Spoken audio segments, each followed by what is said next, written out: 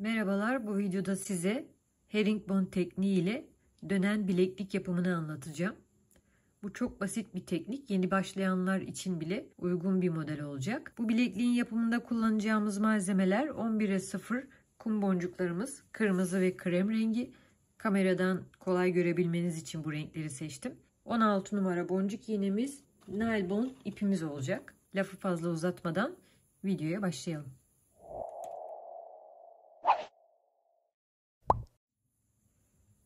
İki krem, 2 kırmızı kum boncuğumu aldım. İpin sonuna kadar ilerlettim. Daha sonra kapama kısmını yapmak için böyle bir 15-20 santim kadar başlangıçta bir miktar iplik bırakıyorum. Ve 2 krem rengi boncuğun içerisinden aşağıdan yukarıya doğru iğneyi geçiriyorum. 2 kırmızı kum boncuğu alıyorum. Krem renginin arkasından geçiriyorum. İpi başa almak için 2 kırmızı boncuğun içerisinden iğneyi geçiriyorum.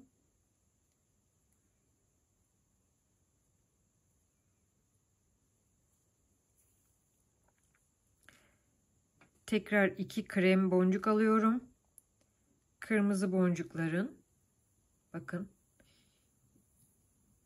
içerisinden, yani ipin çıktığı yerin arkasından iğneyi geçiriyorum.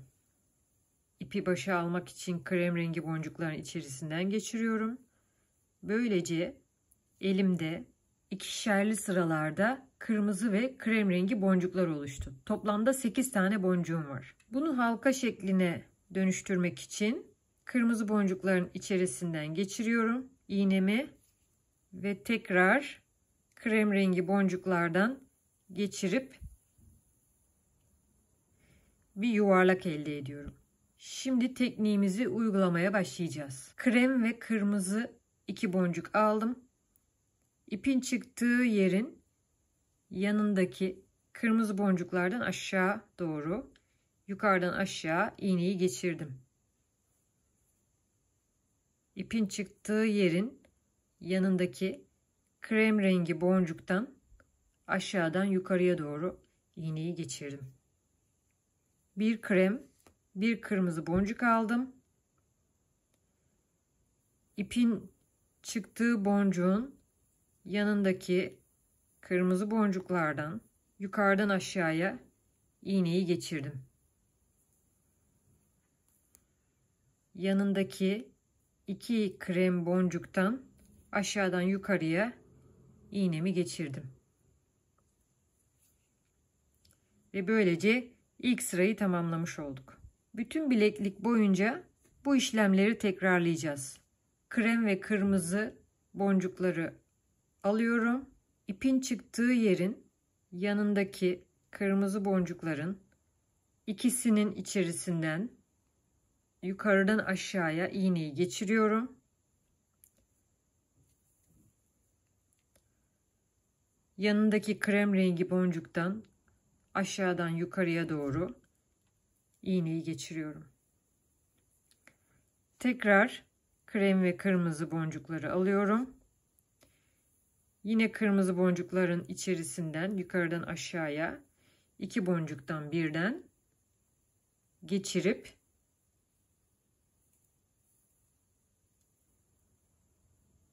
yanındaki 2 krem boncuktan yukarıya, aşağıdan yukarıya iğneyi geçirdiğim zaman sırayı tamamlamış oluyorum.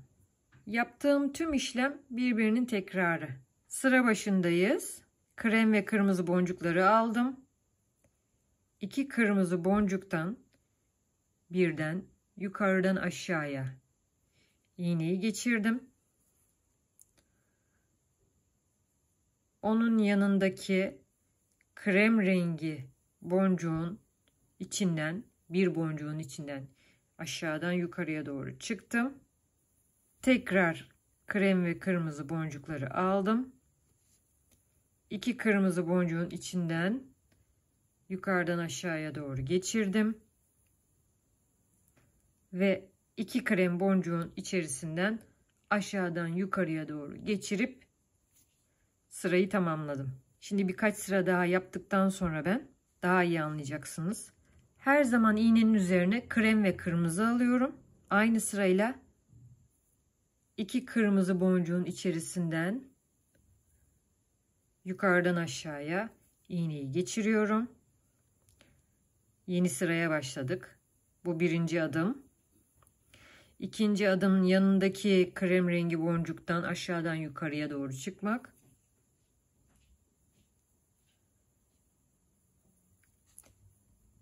Tekrar krem ve kırmızı boncuklarımı aldım. Yine 2 kırmızı boncuğun içerisinden yukarıdan aşağıya doğru geçirdim. Ve sırayı sonlandırmak için 2 krem boncuktan aşağıdan yukarıya doğru geçiriyorum.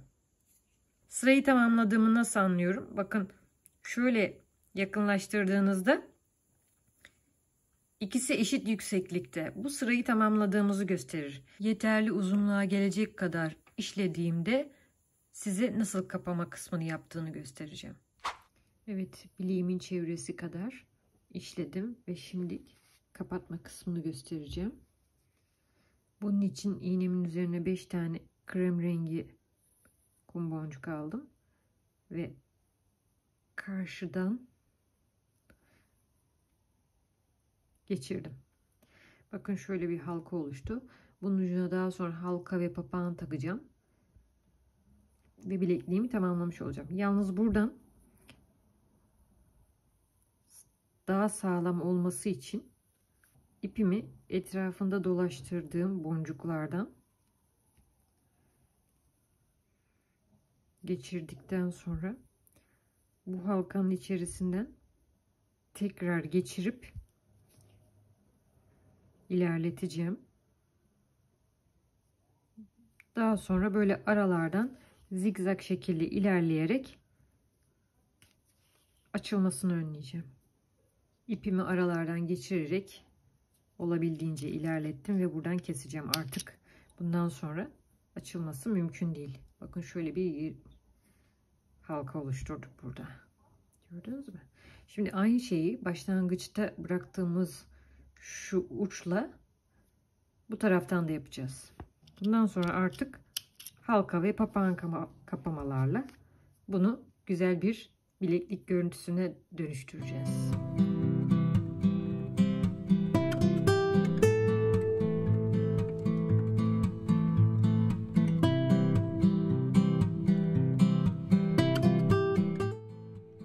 Evet, herringbone tekniğiyle kum boncukları kullanarak yaptığımız burgu bilekliğimiz hazır. Yeni başlayanlar için kolay bir tarif. Umarım siz de beğenmişsinizdir. Şimdilik benden bu kadar. Hoşça kalın.